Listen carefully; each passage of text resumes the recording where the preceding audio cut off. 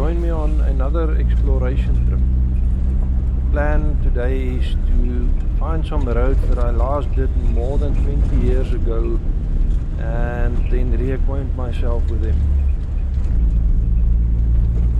On these roads I last saw some tracks and trails that go off into the mountains that I could never fully explore. This time I want to explore these trails and see if I can find another road that leads down all the way to the Orange River.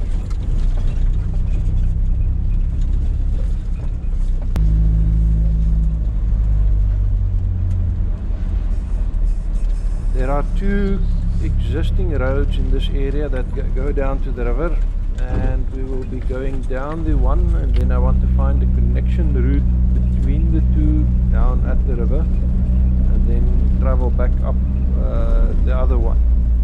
But while doing this I will be on the lookout for additional trails that I saw in the past and that might lead to another road all the way down to the river.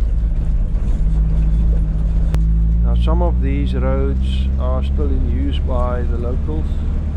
I might stop quickly at some of the outposts and have a chat to them. People in this area farm in a way that I think I can only describe as a semi-nomadic kind of farming. The family will live in nearby town Bella, and they will have outposts here where some of the family members will be looking after the livestock, which livestock in most cases are goats and sometimes some cattle.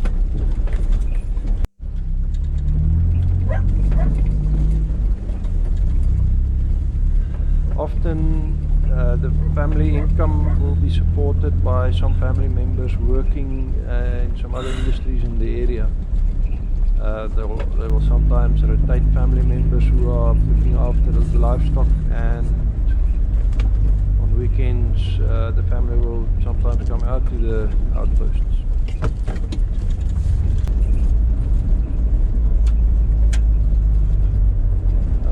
The reason I say it's semi-nomadic kind of farming is, as you can see, the area doesn't have a lot of food to sustain a flock of goats for long, and if the area is becoming depleted, then they will move to different outposts.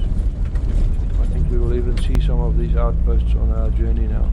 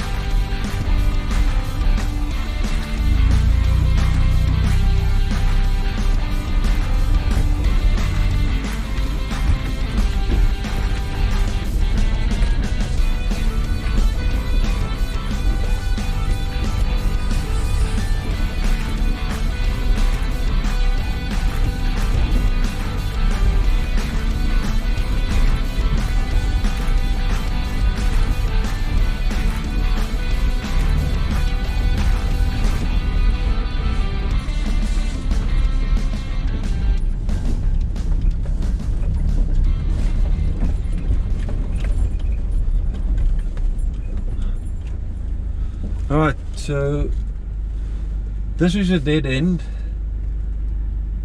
and the road that goes along there on that mountain, I'll have to go through that kloofie, go on that. If I remember correctly, that one is also a dead end, but we're going to investigate it anyway.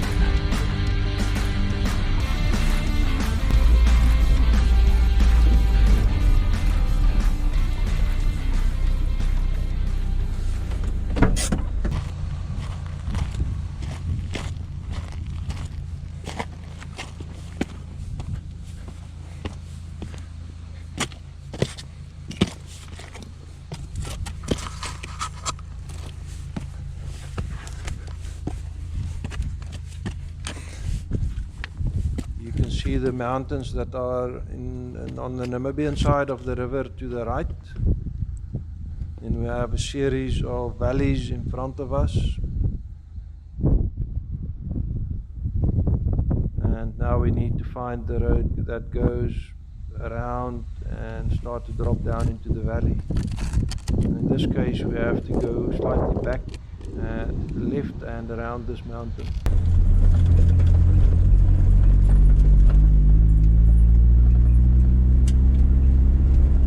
We're almost around the mountain here, and we will now start to drop slowly down into the valley.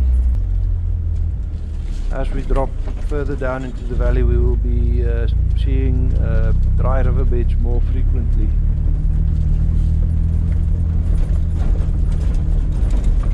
Later on, the road itself will be in the dry riverbeds because the mountains, the slope angles start to increase as we drop down.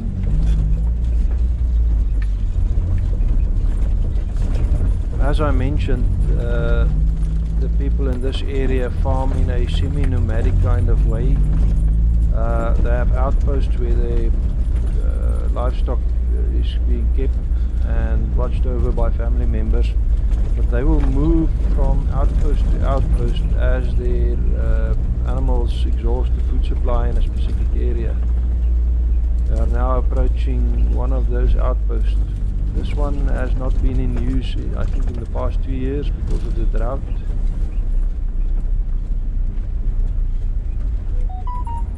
But they will be back and they will use it again.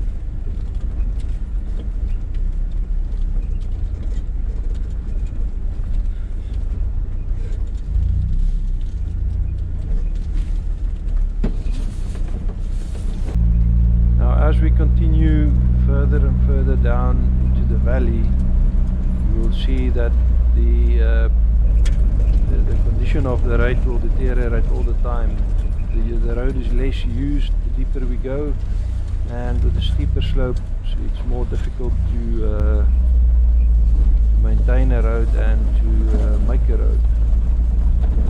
Now, as this trip will probably take me a couple of hours, about 3 to 4 hours to complete, and the area is so beautiful I don't want to cut out too much of the footage.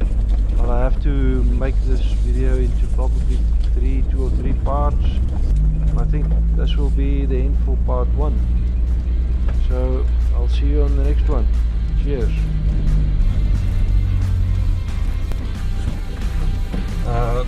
When I reach the bottom of the mountain down there should be some indication of a track, an old track.